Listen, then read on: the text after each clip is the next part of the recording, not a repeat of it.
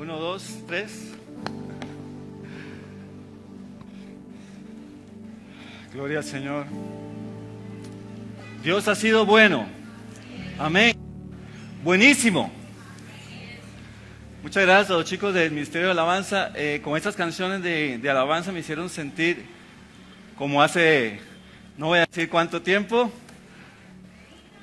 como 20 años atrás, ¿verdad? Y lástima que terminaron tan rápido. Se pueden preparar otro popurrí ahora para terminar danzando. A mí me encanta la alabanza, la adoración. Dios ha sido bueno con nosotros. Tenemos un ministerio que va de gloria en gloria, va hacia la perfección. Amén. Y gracias al Señor porque estamos en este lugar, en un lugar donde se adora al Señor y se alaba al único y sabio Dios. Amén. Dios ha sido tan bueno con nosotros. Yo quisiera esta mañana dar seguimiento a lo que el pastor ha estado predicando con nosotros y tiene que ver con el discipulado. Diga conmigo, discipulado. ¿Cuántos son discípulos esta mañana? Voy a repetir otra vez la pregunta. ¿Cuántos son discípulos? ¿Cuántos tienen un maestro al que usted habla constantemente? Usted puede llamar hoy en un momento de necesidad y sabe que va a contestar. ¿Cuántos tienen esa relación íntima con él o con ella? De eso se trata el discipulado. Y yo he titulado el mensaje de hoy, Multitudes y Discípulos.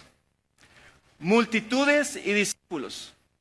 Pero antes yo quisiera empezar, y yo me pregunté, ¿qué significa la palabra discípulo? Y casi siempre cuando quiero enseñar algo, yo voy a la raíz de la palabra, digo, ¿qué significa discípulo? Y la palabra hebrea para discípulo es talmid, tal como tal, M-I-D, talmid, y significa básicamente un aprendiz, un estudiante, pero culturalmente hablando es un practicante. Diga conmigo, practicante. Practicante.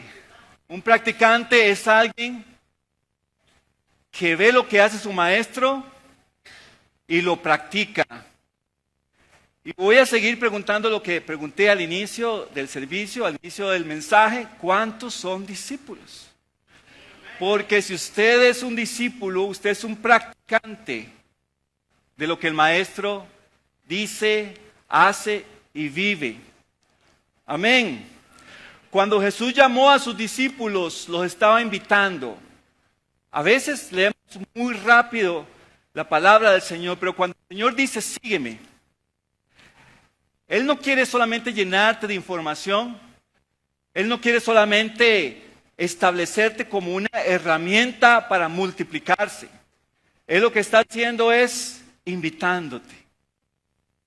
Jesús te invita y nos invita a que vivamos una vida íntima con Él. Amén. Cuando Jesús llamó a sus discípulos, entonces los estaba invitando a conocerlo íntimamente. El discipulado no es otra cosa que conocer a mi maestro íntimamente. Y cuando hablo de maestro, no estoy hablando de Jesús en este momento. Estoy hablando de un líder que tú tengas cerca. Estoy hablando de esa persona que Dios ha puesto a tu lado, que te ayuda, que te aconseja, que te hace vivir una vida saludable desde todo punto de vista. ¿Podemos llamar nosotros a otros a que nos conozcan íntimamente? Esa es la pregunta para la iglesia esta mañana. Si Jesús dijo, ven, sígueme, conóceme íntimamente. Mi pregunta es, ¿podemos nosotros llamar a otros y decirles, conóceme íntimamente? Tenemos hoy el testimonio, la vida íntegra con el Señor, que yo pueda decirle a alguien, ¿sabes qué? Hazlo como yo. Pablo en 1 Corintios 11, quiero que pongan el versículo en la pantalla por favor, del 1 al 2, dice, y estoy leyendo una nueva traducción viviente, y ustedes deberían imitarme a mí. Y ustedes deberían imitarme a mí, así como yo imito ¿a quién? a Cristo. Cuánto me alegro de que ustedes siempre me tienen en sus pensamientos y de que siguen las enseñanzas que les transmití. La relación de maestro y discípulo es eso. Constantemente yo tengo a mi maestro en mis pensamientos, según lo que dice Pablo, y nosotros transmitimos, diga conmigo, transmitimos las enseñanzas que recibimos.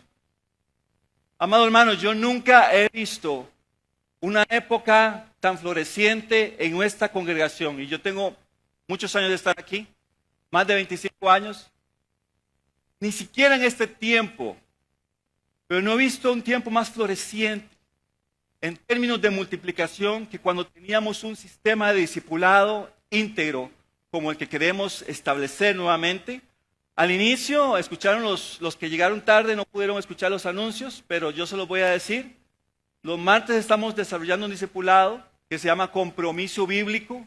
Es una lectura de la palabra y una enseñanza semanal que va desde Génesis hasta el Apocalipsis y está hecho para todo. Hace 3 semanas aproximadamente estuvimos en el lanzamiento mundial de Compromiso Bíblico y tuvimos el privilegio, no sé cuántos lo saben, pero tuvimos el privilegio de que esta congregación en este país, en Centroamérica, en América y en el mundo, no sé si puede valorar esto, fue la primera congregación en la que pudimos poner en práctica compromiso bíblico. ¿Cuántos están en el discipulado compromiso bíblico? Levanten su mano. Bueno, los que levantaron su mano saben lo que estoy hablando. Y si mi estimación no falla, yo diría que alrededor de un 5 o 7% de los que estamos en este lugar conocemos de compromiso bíblico. Ellos son los que levantaron la mano, son los que lo atienden. ¿Cuántos han escuchado ahora de compromiso bíblico? Levanten su mano. Ok, un poquito más, pero desde aquí se ven como un 8 a 9%. Esto es solo una herramienta, amado hermano, pero nosotros la estamos adoptando para tener una herramienta a través de la cual podamos multiplicarnos. Quiero decirte esto. La columna vertebral del crecimiento de la iglesia, y no estoy hablando solo de Comunidad Vida, sino que estoy hablando de la iglesia como una institución que nos dejó el Señor Jesús. La columna vertebral para el crecimiento y la multiplicación es el discipulado. Jesús instituyó el discipulado. Jesús tuvo 12 discípulos. Yo estoy seguro que el corazón del Señor quisiera tener más. Hay un versículo, aquel famoso, donde el Señor viendo las multitudes dice, y tuvo compasión de ellos, porque andaban como ovejas sin pastor. El pastor, Jesús era el pastor de sus 12, pero él estaba conmovido en su corazón porque decía que las multitudes andan como ovejas sin pastor, y es por eso que yo puse el título de este mensaje, multitudes y discípulos, porque no es lo mismo. Un discípulo es un alumno que aprende a vivir la vida del maestro y que poco a poco enseña a otros a vivir la vida que él vive. Por lo tanto, el discipulado no es solo una comunicación de información o de conocimiento. Se han establecido 3 cosas relacionadas a la transmisión de un mensaje. La primera es la información. La información es lo que yo estoy diciendo en este momento, diciéndoles, amado hermano, el discipulado es esto, esta es una posible definición de discipulado, estos son los versículos bíblicos que apoyan esta definición, esta información. Pero no nos podemos quedar en la información. Si yo transmito solamente información, yo estoy transmitiendo un mensaje, yo soy un orador. ¿Y qué es lo que tiene un orador? Oyentes. Pero no es solamente eso. Vamos a la formación. La segunda fase es la formación. Un padre forma a sus hijos, pero un orador no puede formar a la audiencia. Yo no puedo formarlos en el discipulado de Jesucristo solo porque estoy dándoles este mensaje. Amada iglesia, usted necesita tener una vida de discipulado. Una vida en la que constantemente usted puede aprender de quién, de un maestro. Así como Pablo decía, imítenlo, imítenme, que yo imito a Cristo. Amén. Por eso Jesús dijo, escuche, las palabras que les he hablado son espíritu y son vida. Juan 6, 63. Porque la palabra que yo transmito puede ser muerte o puede ser vida. Yo elijo qué transmitir. Yo a mis hijos les puedo dar información, pero también tengo que formarlos. A mis hijos yo no les puedo decir, a Luca con 2 años, yo no le podía decir, Luca, hay que lavarse los dientes. Y el doctor Muelitas nos enseñó que los de arriba hacia abajo, los de abajo hacia arriba y las muelitas en forma circular. Yo le estoy dando la información, pero no me puedo quedar allí. Yo tengo que ir a formarlo. ¿Cómo puedo formar a alguien o a alguien? ¿Tomarías tú el reto de poder multiplicar lo que tú sabes del maestro de maestros, de Jesús? Al final esa es la multiplicación que vale la pena. Multitud y discípulos. Miembros y discípulos. Y aquí quiero traer un ejemplo que escuché. Y tiene que ver con esto. Un miembro, ¿cuántos son miembros de este lugar? Ok, amado. Puede que seas miembro, pero puede que no seas discípulo. Un miembro puede ser un miembro de un club social. Y escuche, ¿qué similitudes más grandes hay entre un club social y algunas veces la iglesia? Lo primero es que tú asistes al club, tú asistes a la iglesia.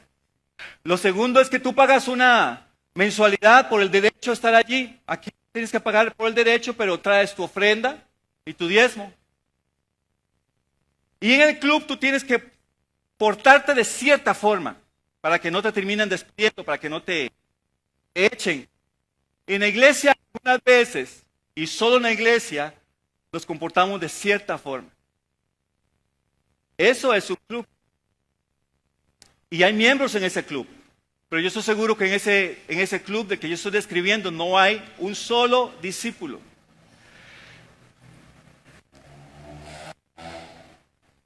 Hay gente que se ha dedicado al estudio de la palabra miembro. Y desde ese punto de vista que yo lo estoy transmitiendo, que yo estoy explicando esta mañana, la Biblia no nos enseña nada de miembros. La Biblia no nos enseña nada de membresías. Porque al fin y al cabo la iglesia fue pensada, fue conceptualizada de una forma distinta. La iglesia no es lo que nosotros estamos viendo. La iglesia no es este edificio. Y el pastor lo ha dicho, y la Biblia lo dice, y todo el mundo lo dice. No, esa no es la iglesia. La iglesia no fue conceptualizada de esa forma. La iglesia estaba en casas distintas, y se reunían, y tenían todo en común. Y allí está el verdadero significado del discipulado. Marcos 8:34, yo quiero que me sigan acá, porque quiero hacer énfasis entre la diferencia de multitudes o de miembros y discípulos. Entonces Jesús llamó a la multitud, ¿para qué? Para que se uniera a sus discípulos. Estoy leyendo Marcos 8:34. Y dijo, si alguno de ustedes quiere ser mi seguidor, tiene que abandonar su propia manera de vivir, tomar su cruz y seguirme. Pero quiero hacer un paréntesis, amado hermano. Jesús llamó a la multitud para que se unieran a sus discípulos. Porque la multitud no son discípulos. Y quizás en esta congregación esta mañana tenemos multitud.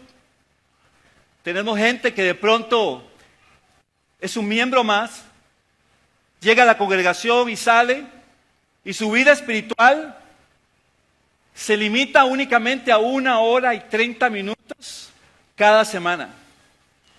Yo te voy a decir algo, y se lo he dicho a muchos amigos que tienen esa costumbre, porque eso se ha vuelto una costumbre. Si tú limitas tu vida espiritual a 1 hora y 30 minutos los domingos, excepto cuando hay partido, no lo sé, estás en grave peligro. Te lo digo porque así es, estás en grave peligro. Yo he visto gente derrumbarse porque no tienen fundamento, y el fundamento lo da el discipulado. 1 hora y 30 minutos en este lugar no es suficiente. Tú tienes que alimentarte de la palabra, tú tienes que orar, y sobre todo, tú tienes la responsabilidad no solamente de a alguien, sino tú multiplicarte en alguien más. Un edificio existe cuando los ladrillos se sujetan unos a otros. Los ladrillos independientes no forman ningún edificio. Si tú entraras en este momento a este lugar, y aquí lo que tenemos es una zona de construcción, y estamos apenas montando los cimientos, y tenemos aquí miles y miles de ladrillos, nos puede pasar varias cosas con esos ladrillos. Lo primero es que cada uno de esos ladrillos no tiene la menor idea de qué cosa va a formar más adelante. No tiene idea de su identidad, no sabe qué es, a qué pertenece. Lo segundo es que ese ladrillo se lo pueden robar fácilmente. Nadie se va a dar cuenta que faltó un ladrillo allí. Amén. Lo tercero es que no forma parte de nada. Son ladrillos independientes. La iglesia no ha sido llamada para hacer ladrillos independientes. La iglesia ha sido llamada para construir algo. La palabra de Dios dice en la epístola de Pedro, la primera, dice que hemos sido llamados como piedras para formar algo, para tener una edificación espiritual. Entonces, nosotros no hemos sido llamados para ser piedras. Amado hermano, una piedra no forma un altar. Muchas piedras ordenadas de cierta forma, eso sí forma un altar. Un montón de ladrillos no es un edificio, ni es una pared. Pero ¿qué pasa si ordenamos ese ladrillo? ¿Y qué pasa además si logramos pegar un ladrillo con otro? Hasta formar algo, un edificio. ¿Va a ser difícil destruirlo? ¿Va a ser difícil robar un ladrillo de esos? Porque nos vamos a dar cuenta inmediatamente. Si tú estás en una pared y te falta un ladrillo, te vas a dar cuenta, falta un ladrillo. Porque somos parte de algo. Y otra cosa importante es que el ladrillo conoce quién está por debajo, quién está arriba y quién está al lado. Porque forma parte de algo más grande. Y cuando el ladrillo de al lado está, él lo resiente, se debilita. Esa es la iglesia que cree en un discipulado activo. Un discipulado activo para mí es un discipulado que yo sé exactamente cuántos discípulos tengo. Yo sé exactamente dónde está mi maestro. Y yo sé exactamente qué es lo que yo hago en esta congregación. Si tú no sabes cualquiera de estas tres cosas que ya acabo de mencionar, falta un poquito para que seamos discípulos. Quiero leer para ustedes Juan 17, capítulo 17, verso 20 al 23. Si me ayudan los chicos de multimedia.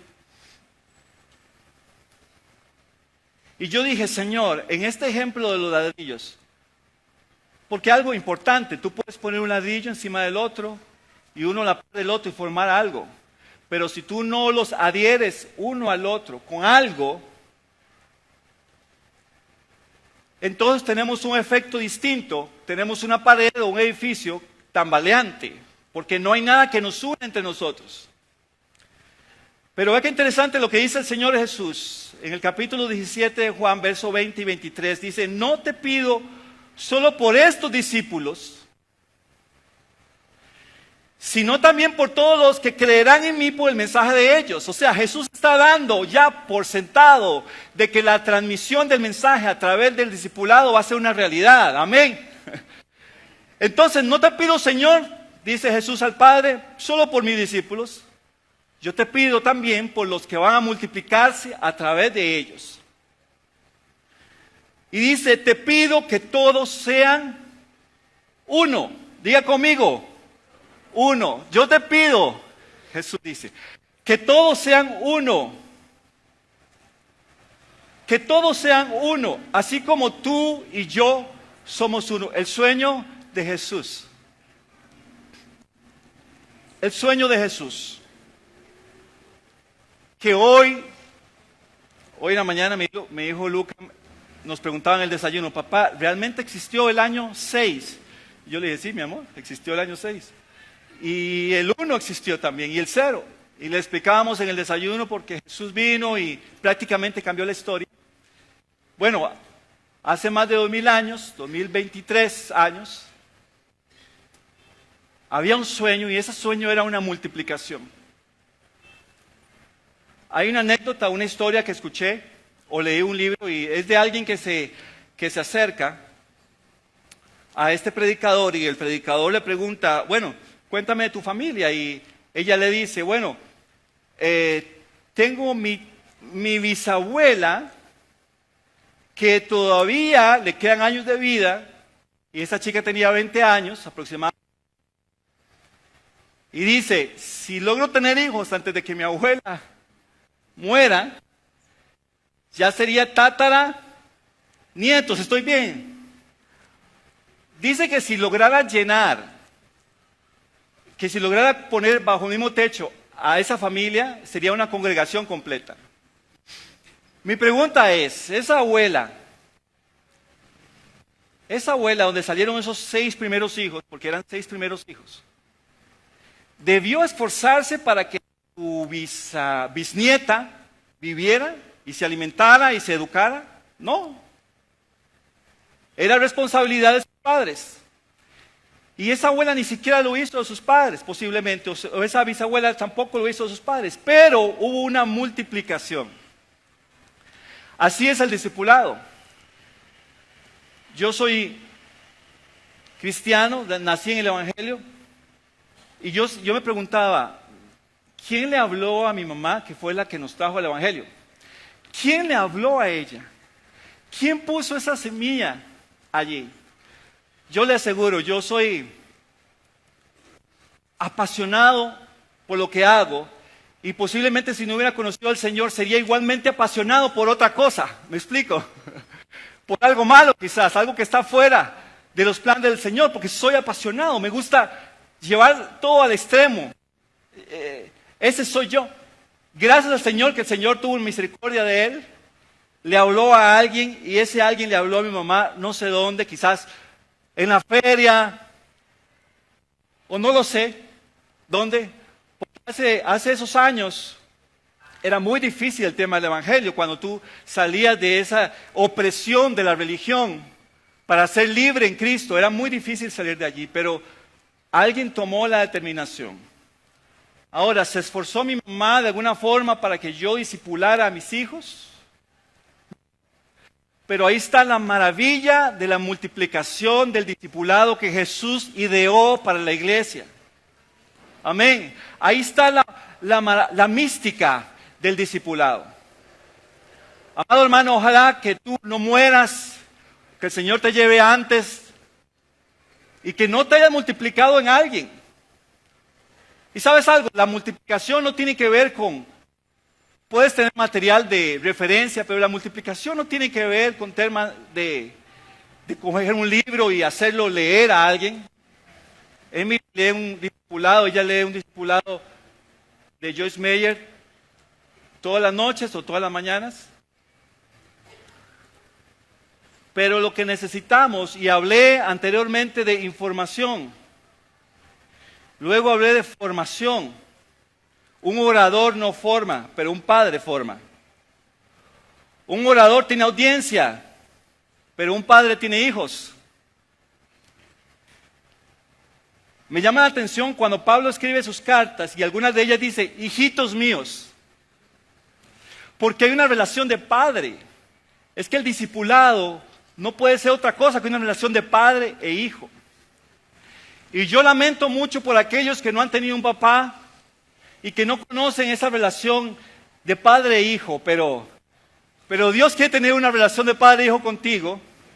Y en este lugar te ofrecemos que tengas una relación de padre e hijo en un ambiente de discipulado. Amén. El orador tiene audiencia, pero yo no quiero tener audiencia. El padre tiene hijos. Y eso es lo que tenemos que rescatar en un ambiente de de discipulado. Les he dado la gloria que tú me diste, dice en el versículo 22, para que sean uno como nosotros somos uno. Escuche, les he dado la gloria que tú me diste, dice Jesús, para que ellos sean uno. Entonces, al final, lo que une todos esos ladrillos es Jesús. Jesús es el que intercede para que seamos uno. En el discipulado hay algo más que llegar a saber lo que sabe el maestro. Es llegar a ser lo que es el maestro, y es distinto. Tú puedes leer acerca de Jesús y tú dices, Jesús, miren, la semana antepasada o algo estaba leyendo la descripción de una revista de National Geographic acerca de Jesús. Conocen que fue Jesús. Conocen que transformó la historia de una forma sobrenatural. Pero una de las descripciones que más me llamó la atención es que era un hombre que usaba muy bien sus palabras. Sí lo conocen, pero desde el punto de vista de información, Jesús nunca los formó, porque si hubiese una formación ellos tendrían algo distinto. Ahora está de moda y por eso dije la palabra laboratorio, ahora está de moda la inteligencia artificial. Estuve hace unos meses en una conferencia en Estados Unidos, y a modo de ejemplo, los músicos, el director musical abrió ChatGPT, que es una de las aplicaciones para inteligencia artificial, y le dijo ahí mismo, la audiencia estaba viéndolo porque estaban reflejando lo que estaba en la pantalla de él, en la pantalla principal, y le dijo a ChatGPT, quiero crear una canción que hable de, y le dio características. Enter. Le apareció la canción, y los músicos empezaron a tocarla allí mismo. Tenía rima, tenía estructura, pero no tenía espíritu. Y lo que quiero decir es que estamos llegando a puntos de nuestra historia muy peligrosos. Yo creo en inteligencia artificial como una herramienta para hacer muchas cosas, pero amado hermano, tú no puedes ir a una inteligencia artificial y ponerle, dame un sermón para el domingo a las 5, acerca de amor. Y toma la versión Reina Valera 1960 para eso, y te lo va a dar. Sí, te lo va a dar. Es más, yo le voy a decir algo, porque yo lo vi. Hay congregaciones que van a atender un mensaje en una pantalla creada con inteligencia artificial. De nuevo, un mensaje de información.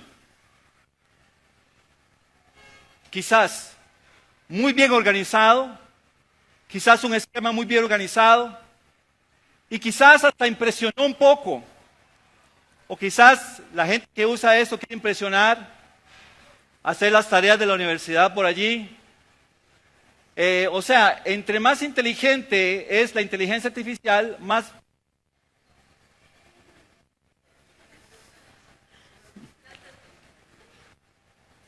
somos nosotros. ¿Quiénes entendieron el mensaje? Porque estamos dejando que otros piensen por nosotros. Pero estoy seguro que no se trata de eso del discipulado. El discipulado es más que hablar, es vivir y enseñar a Cristo. Quiero presentarte, para ir terminando, y para pedir a los chicos de adoración si me ayudan, 4 escenarios. Y quiero que tú me digas cuál es el corazón de esos escenarios que voy a mencionar en Mateo 13. ¿Cuál es el corazón de un discípulo? Y Jesús empieza diciendo una parábola, la famosa parábola del sembrador. Escuchen, dice, estoy leyendo en la Nueva Traducción Viviente, un agricultor salió a sembrar. Amado hermano, yo quiero decirte algo antes de iniciar. Aquí no está hablando del mundo. Está hablando de la iglesia. Es que estos 4 escenarios que nos presenta cada palabra, Jesús, está en la iglesia. Y dice que a medida que esparcía las semillas por el campo, algunas cayeron sobre el camino y los pájaros vinieron y se las comieron. Escenario número 1. La palabra se siembra, pero los pajaritos, los pájaros, los pensamientos nuestros, las distracciones del mundo, se lo comieron. Y Jesús sigue diciendo, otras cayeron en tierra poco profundo. Y aquí voy a quedarme un momento. Tierra al final. Pero con poca profundidad. Si hay algo que yo creo que el discípulo, y esto yo lo he usado para hablar antes acerca de los adoradores, pero yo lo voy a aplicar hoy al discípulo. Dice, si hay algo que el discípulo debe ser, amado hermano, es ser amplio y profundo. Profundo para tener raíces y que no cualquier viento de doctrina, como dice la palabra, se lo lleve. Y amplio, porque tú tienes que cubrir mucho terreno.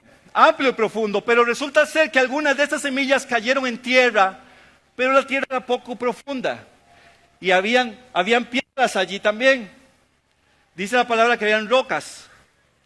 Entonces las semillas lograron germinar. ¿Qué estamos hablando aquí? Una persona que recibe la palabra, los pájaros no se la comieron, esta vez sí pudieron llegar hasta donde está la tierra y germinaron, gloria a Dios.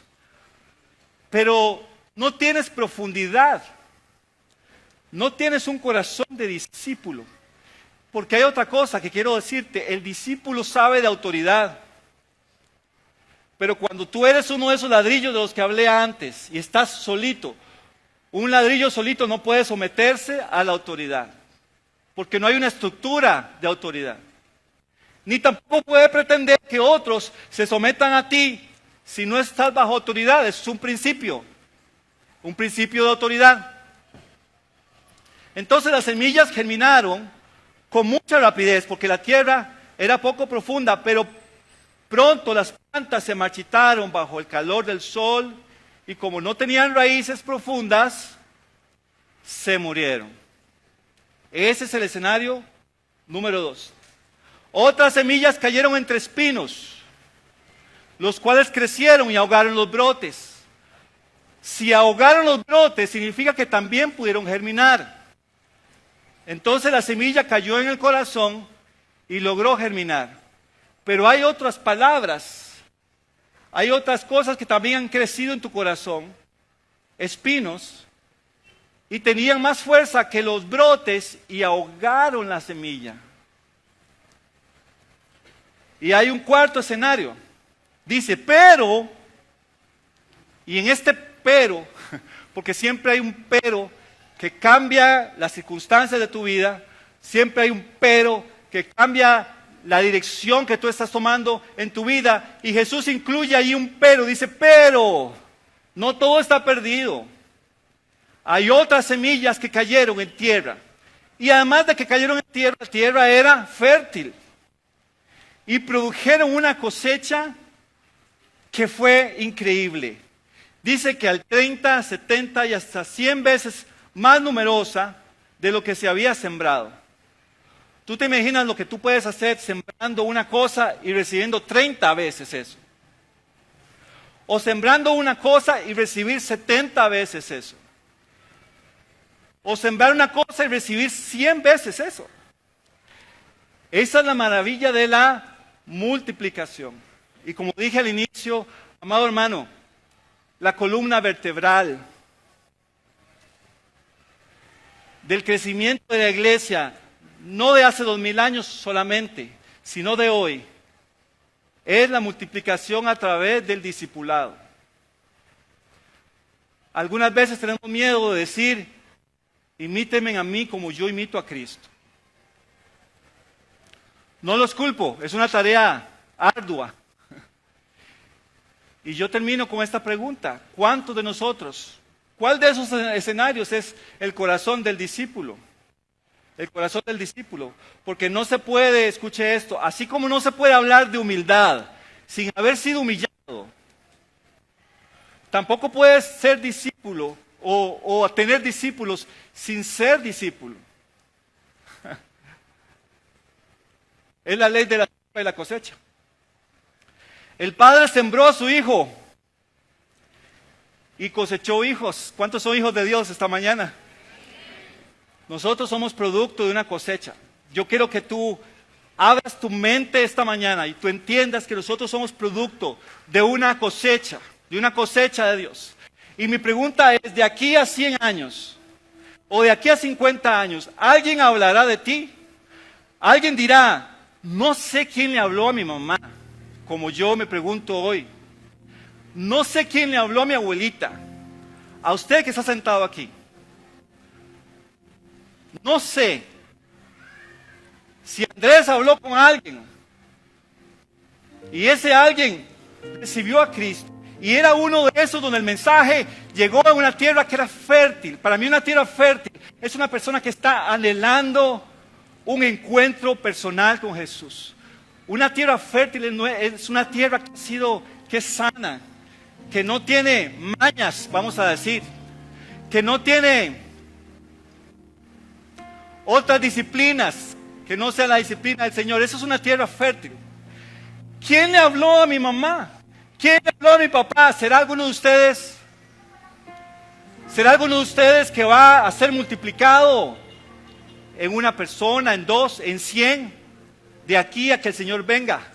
¿No le parece eso algo lindo? ¿No le parece eso algo hermoso? Yo quisiera que te pongas de pie esta mañana.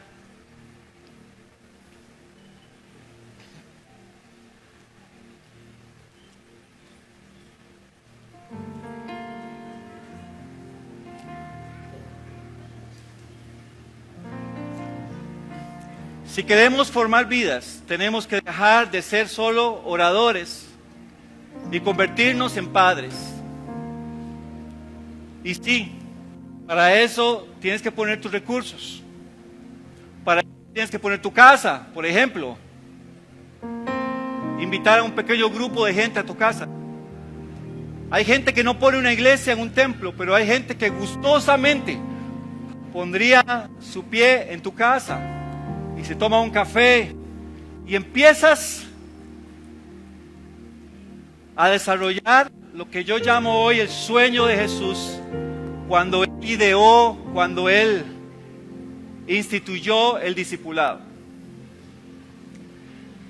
Jesús se entregó a tal forma y de tal forma a ellos que constantemente Él hacía oraciones al Padre y le decía: papá, no te pido que los quites, porque Jesús pudo haber orado y dicho: esos son 12, los más bonitos, chiquitos, bien bonitos. Quiero que me los aísles de una forma que nada los vaya a tocar. Pero Jesús nunca les ofreció eso. Jesús le dijo a la multitud: si quieren ser mis discípulos, como estos 12 que tengo aquí, tienen que empezar a caminar diferente. Tú sabes lo que el Espíritu Santo, amados, tú sabes lo que el Espíritu Santo está hablando a tu corazón. Tú sabes lo que tienes que dejar. Tú sabes a lo que tienes que darle la espalda esta mañana. La palabra de Dios dice que el Espíritu habla y que habla hoy. Y dice: si escuchas hoy su voz, no pongas duro tu corazón. Haz un cambio hoy. Tienes que haber un cambio hoy. ¿Por qué? Porque quiero decirte que si tú no tienes una vida íntima con Jesús, tú no puedes ser discípulo. Y voy a repetirlo: si tú no tienes una vida íntima con Jesús, tú no puedes discipular. Y es una lástima que no seas parte de todo este engrane de multiplicación. ¿Y multiplicamos para qué? No para traer más ladrillos sueltos. Discipulamos para que cuando cuando el ladrillo venga, cuando ese material venga, pueda ser parte de algo más grande.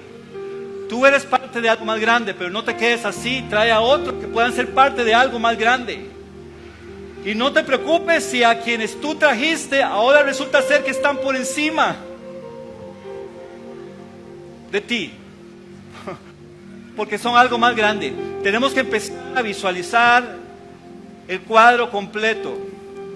Algunas veces cuando tú ves muy de cerca un cuadro pintado, no lo aprecias.